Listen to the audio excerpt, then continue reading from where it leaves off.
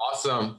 Well, hey, everybody. Welcome to another edition of Will and Friends Live. We're having another webinar now with Susan Trant. She's the founder of Be Ready Earthquake and Ready Preparedness. She has a website, founder of the website, tobeready.com. And thank you so much, Susan, for joining us again on this webinar. My pleasure. And for those who don't know about you, I know we've had you on the second time, share with us a little bit about your background. So I've had a business going for 10 years. I grew up in Fort Lauderdale, Florida with hurricanes and had a father that was a SAC pilot in the Air Force. So being prepared and ready is sort of in my blood, and have gone through a number of hurricanes sitting in the dark. So knowing what to have prepared is normal. Seeing empty grocery stores is normal sometimes. So this is almost old hat for you. A little bit. Not having any water in the water aisle is normal. Yeah. So, but we'll figure out some plans for everybody today. Right. Why don't we actually jump into that? You speak about water, and we're seeing them stock water more often in the grocery stores or Sam's Club, Costco's, and the major grocery stores like that. But if it comes to a point where we run out, is there a good alternative besides drinking tap? Tap is fine usually, but is there a good alternative? Well, it's always good to have bottled water, and not just for this type of situation, but for earthquakes too. We never know when that could hit, and we're not even going to go there today. But this is like a mini fire drill, I say, for the earthquake if we had. But I like bottled water. There's pumps that you can buy if you really had a pool and you needed to have drinking water. You could do it that way. There's barrels you can buy that you can store water, but water is we need, so you've got to make sure you have it. And it is something you never know could be carrying the virus or not a little bit. How about bleach? I hear something that you could incorporate bleach with. Yeah, so it's 8 drops of bleach to 1 gallon of water. If you think the water has any virus or bacteria in it, that is a way to disinfect it. Also, hot boiling it, bringing it to a rapid boil for a couple of minutes. I think it's 5 minutes. That will do it. There's drops, pills that you put 2 pills for 2 quarts of water, let it sit for a half an hour, stir it up. Then that's what you use on trails when you go hiking. And then there's pumps that will. What do you use for, do you use like a pipette, or what do you use for drops? Well, yeah, and I have lots of pipettes. So I usually, when I make earthquake kits for people, I tape it onto the bleach with the instructions on how to. And is it any type of bleach, or is it a particular type of bleach that you need to use? You know what? It needs to be regular bleach, not this splashless bleach, because that has something that's thickening in it so it doesn't splash. But we really don't. We can use it, but it would be really better just to have regular fashion bleach. You can find it in Walmart sometimes, also the dollar store. Got it. And then also most of the labels, the bleach bottles have saying that you can be able to use it for drinking purposes, or something along the lines of being able to disinfect. Yeah. Purify, yes, there it is. So this is the deal. The way water works is they want you to have 1 gallon of water per day, like if we had an earthquake. Half of it's for sanitation, the other half is for drinking. Because the main way of getting hurt or a death is first a heart attack or something falling on you and crushing you. And the third way is a wound that doesn't get rinsed out with clean water.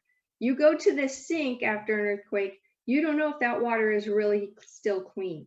So that's why it's good to have some storage water of some sort in some way. So that's the thing about wheat. If you want to talk about food real quick why don't we transition to food? I think things are common, at least from my supermarkets that I've been going to. I feel like we're not seeing as many empty aisles or things being rushed off, but yeah, you never know. It might come back where it's emptied or supplies aren't coming in as quick. Yeah, I think we may have, they're saying in the next 2 weeks is when we're going to start peaking here in Orange County. And so we really do want to stay and hunker in place. It's almost like we started a little soon, but maybe not really. We just all needed to just it's going to be a month, and we just were hoping for 2 weeks, and then everything would be maybe a little better.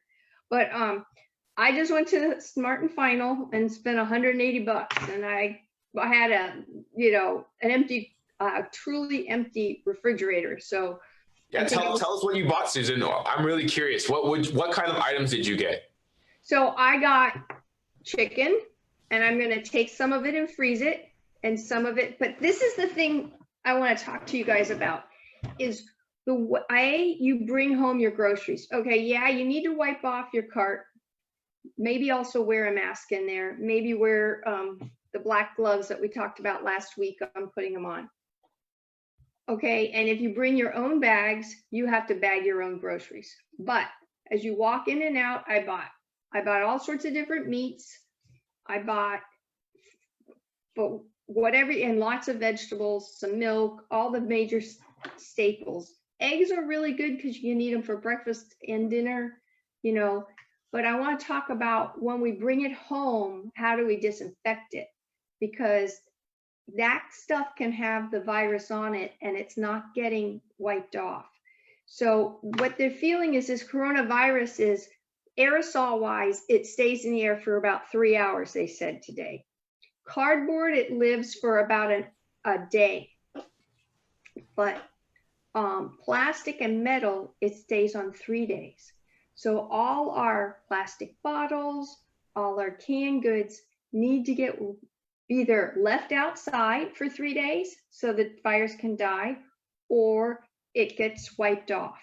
And when you bring it into your house, you need to be mindful and have half the counter for bad. And then as it gets cleaned, you wipe it and put it here, and then it gets put away.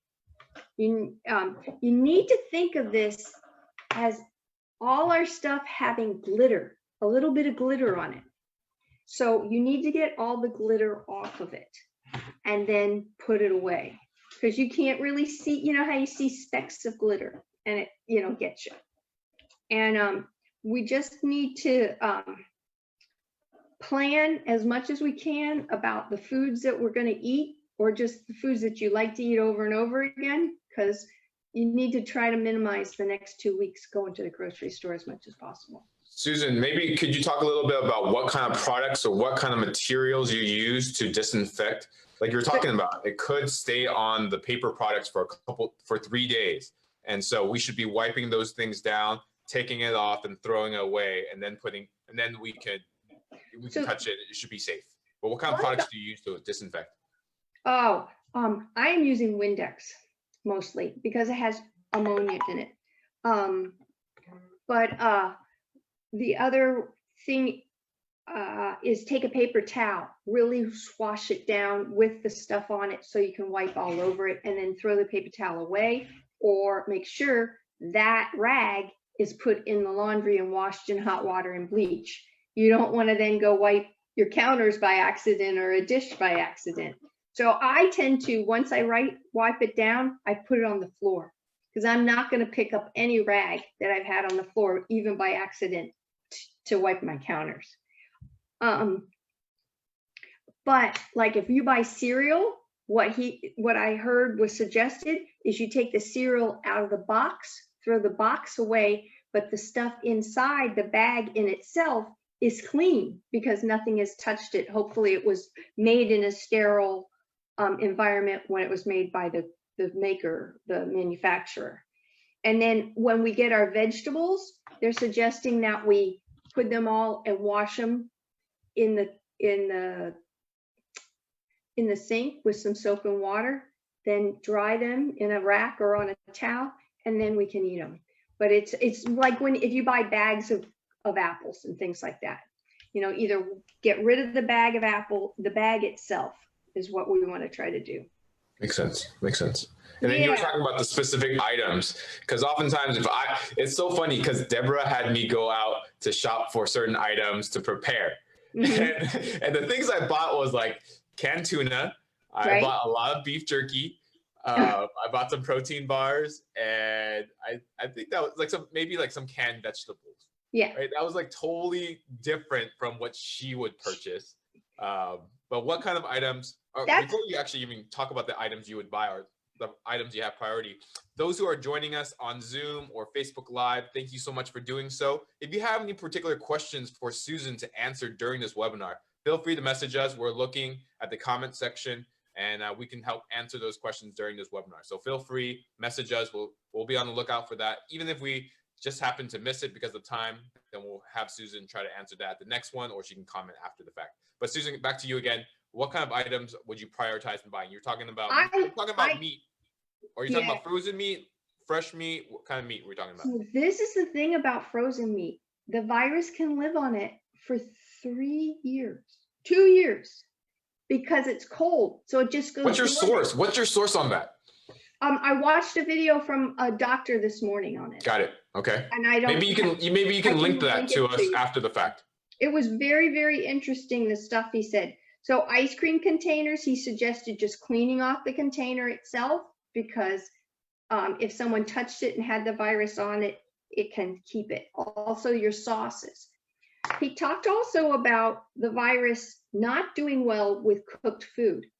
So that's why I think they've allowed us to have takeout. It's the container itself that it's coming in that they're worried the virus is on, but the virus does not do well with heated food. Now salads, that's another situation.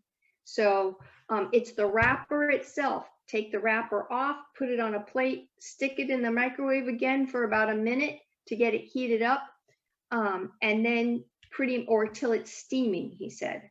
And then he felt that the heat destabilizes it, and it's able to be killed, and we can eat it and not hopefully get sick. So just a summary to that point, it sounds like yes, takeout food, yes, food that's cooked, put it in the container is fine, but you're saying put the food in a separate like Ziploc or Pyrex or something like that, put it away and throw away the box so that there won't be any contaminants on it. Right. Don't go and put the box in your refrigerator. Take it out and put it in something else or eat it.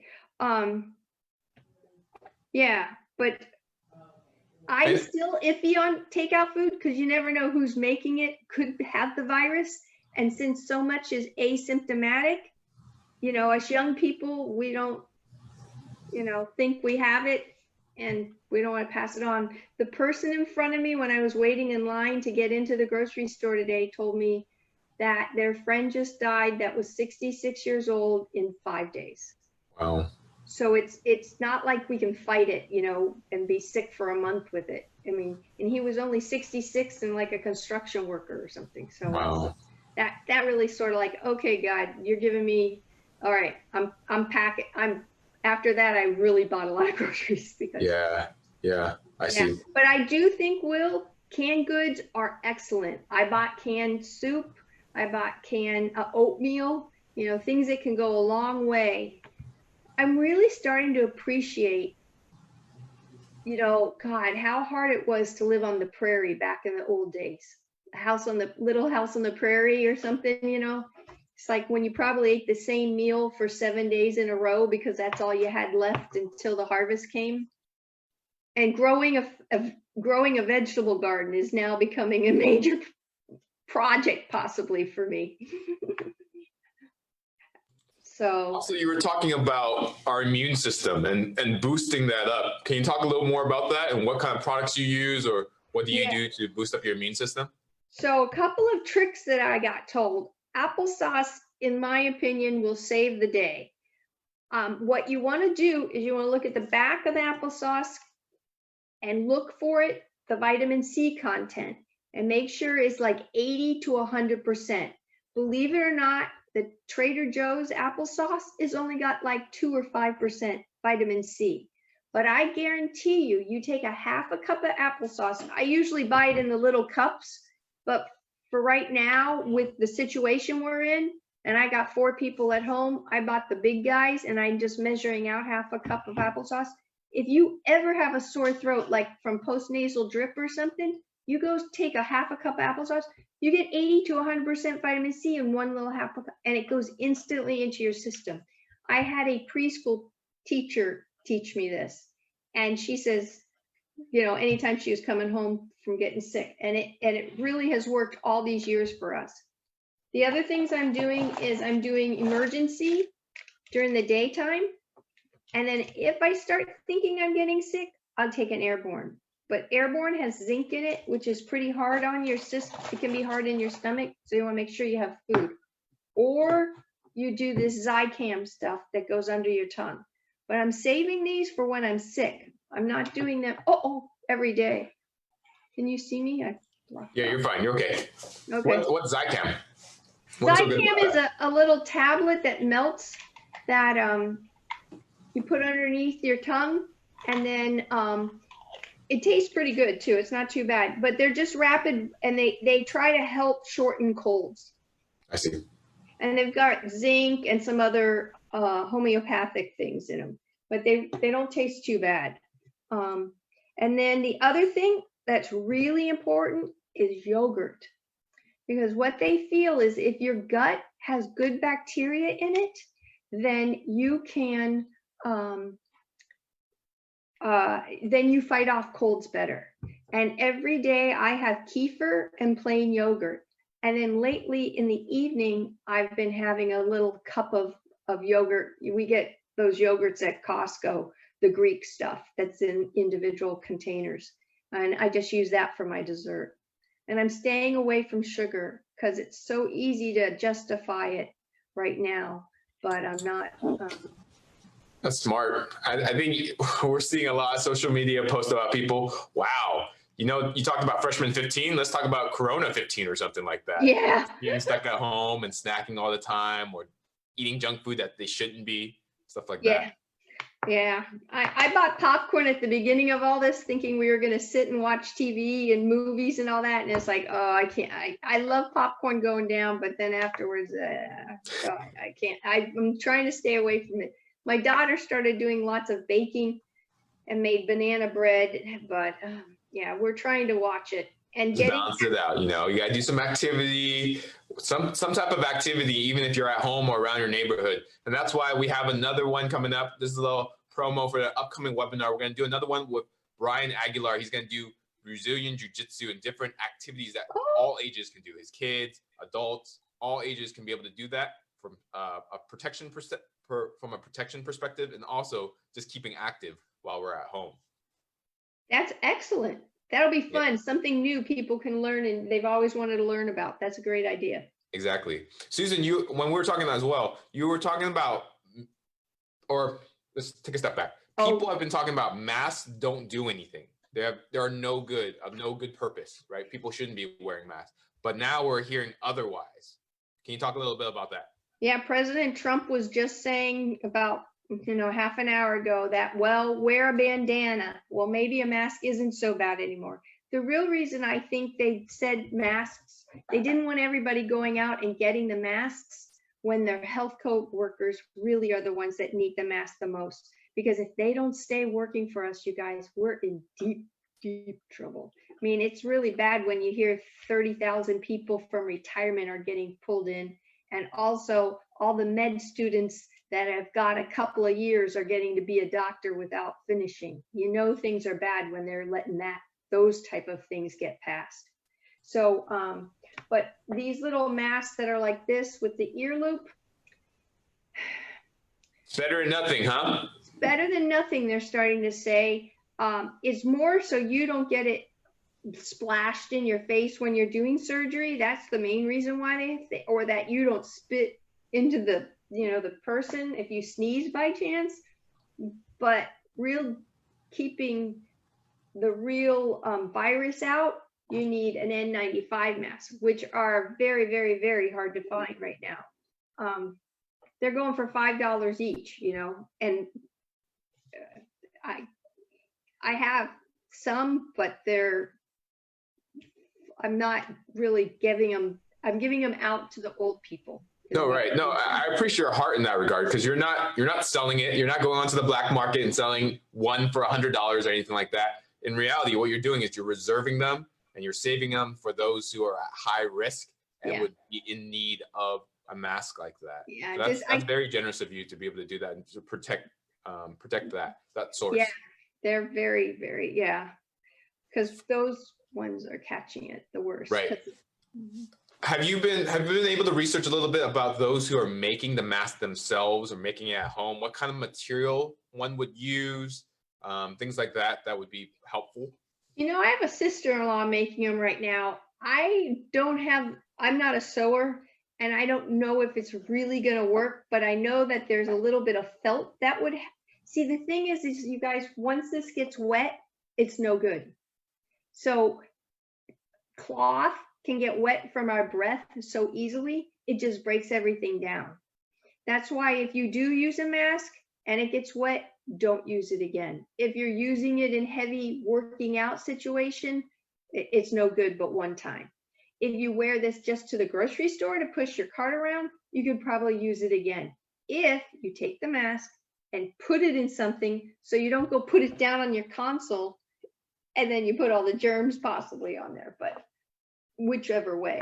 But I hear that. I think it makes people feel good that they're doing something with their hands, and I think something for the healthcare workers is better than nothing. But personally, I would think the plastic.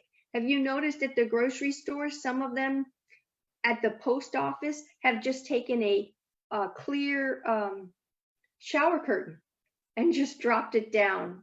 Just hard plastic to try to keep germs down because they've got to be in front of people and they don't have any masks. Also, it was a weird thing to walk into the post office.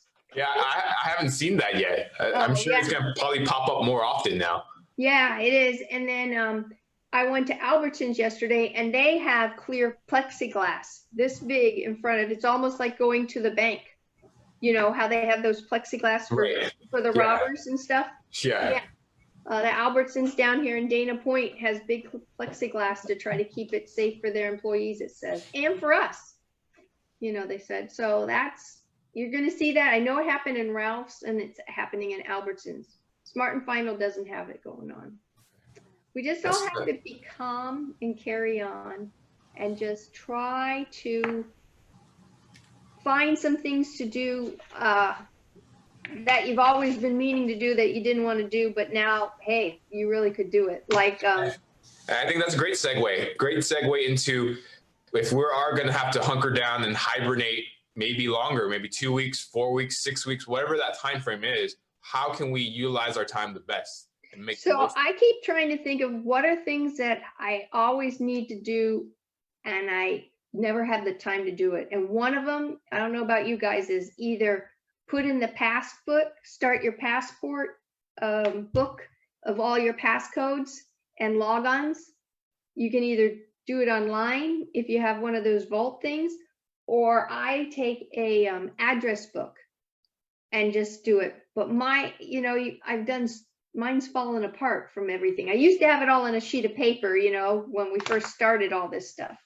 Also, you can redo your address book because it gets old, and then your Christmas card list, it's never too late to start that. Another thing I've been thinking about doing is making photo album books online of all these trips that I've gone on that I never got around to do when I went to Paris. I hear it's pretty easy to slash it up and put it into, my daughter's done a couple of them. So, and then you could start thinking about, if you ever wanted to do a remodel, what would you want to do? And start just playing around with measuring and drawing it out, because I got a couple of neighbors cleaning out their garages, and our garbage cans in the condos is just filling sky high because everybody's cleaning it out. And like I said about starting a veggie garden, it's very easy to get plants now. You just call Armstrong and they meet you at the curb. You tell them how many plants of what you want, and they just load it in. Are there particular type of plants that we should be getting that are more nutritious or beneficial, you think? Well, I'm always in for anything that makes butterflies and hummingbirds because it's just so nice to see. That's the one thing I have noticed. Everything is quieter now, and the birds, if you hear a bird, you really listen to it because we're just slowing down. I think that may be one of the things God's trying to have us learn is appreciate our jobs, appreciate this great life we have, our health, and just really, I never realized how much I talking to people, how nice it is, you know, when you don't get to do it too much. Oh, one other thing, those guys I thought of to clean out, zip drives. How many zip drives do we have that have nothing on them now? Or, you know, that we could clean out and we could reuse or something. You know, it's something, and you can always clean out your emails. My husband did his contacts because he had so many that were duplicates and stuff from when so. Susan, what you did in the last episode, I thought was very helpful and very practical. Could you show us again how to properly take off gloves? So if we're wearing gloves to the grocery store or something along those lines, there's a particular way to take them off that doesn't impact you in a negative way. Right. So we're putting them on, right? Now, so you got them like this. You want them to be snug if you can have them, guys. The loose ones aren't going to do any good. If you got loose ones, take a rubber band, you know, because some of these latex ones are really loose. So when you take off your glove, you clip it here and hold on to it, pull it inside out. This is if you're not going to use it again. So we can't really see your hands that well, Susan. Can you do a little higher? Sorry. Yeah, sorry. And these are the black industrial gloves, so those could be used multiple times potentially. Right. So when I take them off, when I'm just using them, I'm going to use them again. I pull them off this way. Then I would scroll them up this way. And then I probably would do this and then wipe my hands and put them in a Ziploc bag. But when I'm going to use them, like this one's sort of dirty, it's used. So you take it, you pull it off the corner here, go inside out. Then you go here, pull inside out. I don't know if I'm helping you guys. That, and it's all the germs are in here, and then we go in the garbage. But you cannot think your hands are clean here. You have to go wash them or use a wipe or sanitation gel. I am hearing the sanitation gel should be out in a while. However, sanitation gel dries out your hands really bad and can then cause cracks and bleeding, which then can lead to infection and other ways that we can get the virus. So I'm liking gloves and I'm liking wipes and washing. That's why they're saying use soap and water. Well, that's a good point. I didn't think about that in the sense of your hands drying, and then if it opens up with blood, or there could be more possibilities of germs and bacteria getting into it and impacting your health in a negative way. Yeah. It's an interesting time. Yeah, for sure. And what was helpful when we spoke last was that having a Ziploc bag or a bag designated to throw trash in, because you just don't want to be like, oftentimes like myself, I was like, okay, I'm done with the gloves. I'll just throw it. Put them in my pocket. I don't know where you're going to put it, right? Until you find a trash can. Right. But if you have a designated Ziploc bag or a bag, you can throw in there, tie it up, and then when you're at your location where you see a trash can, you can throw it away then. Yeah. And then taking off our shoes right before we get in the house or right as we get in the house. I have laminate floors throughout the whole house.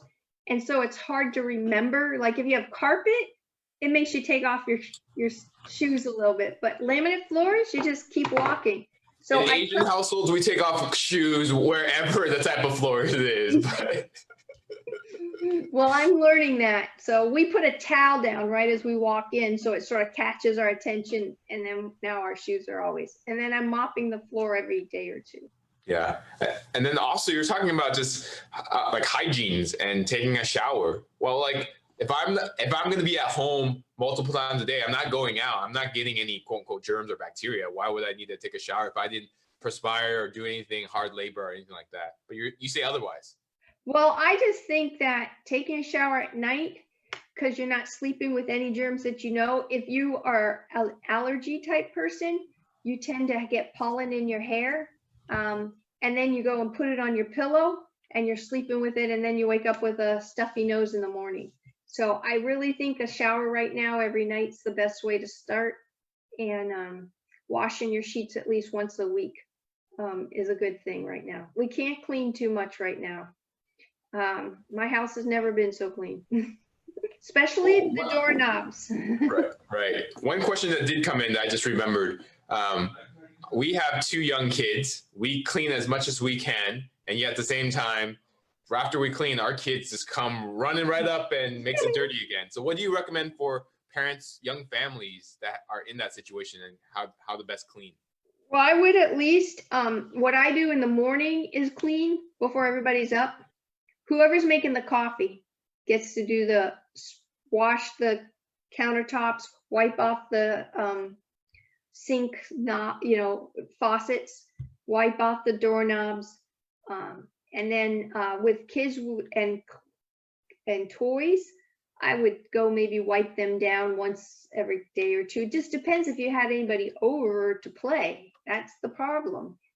The nice thing is you do have those wipes that are sanitizing wipes if you can find them.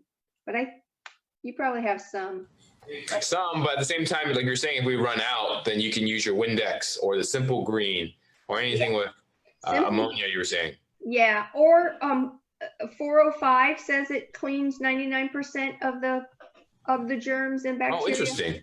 Also Lysol, but you gotta like that smell. And then Lysol, I find you still have to maybe clear it off. And then we tried that, and then you can always use bleach, but the thing is, bleach you can't use on like granite and things and the laminate floors these days. So bleach is your best thing, but it's hard. So you're also talking about it has to sit on the surface for a particular period of time before you can actually wipe it off. You don't spray it and then you wipe it off and it's done. It's better when we can let it sit for about 5 minutes and then wipe it off, because it really has to kill the germs. If we just spray it, we're just maybe wiping around the germs. You ever notice they mop the floor and let it sit for a minute and then they go back and do it again in the hospitals and things like that. But you have to, I'm wiping the bottom of my shoes sometimes. I'm also, what did I have down?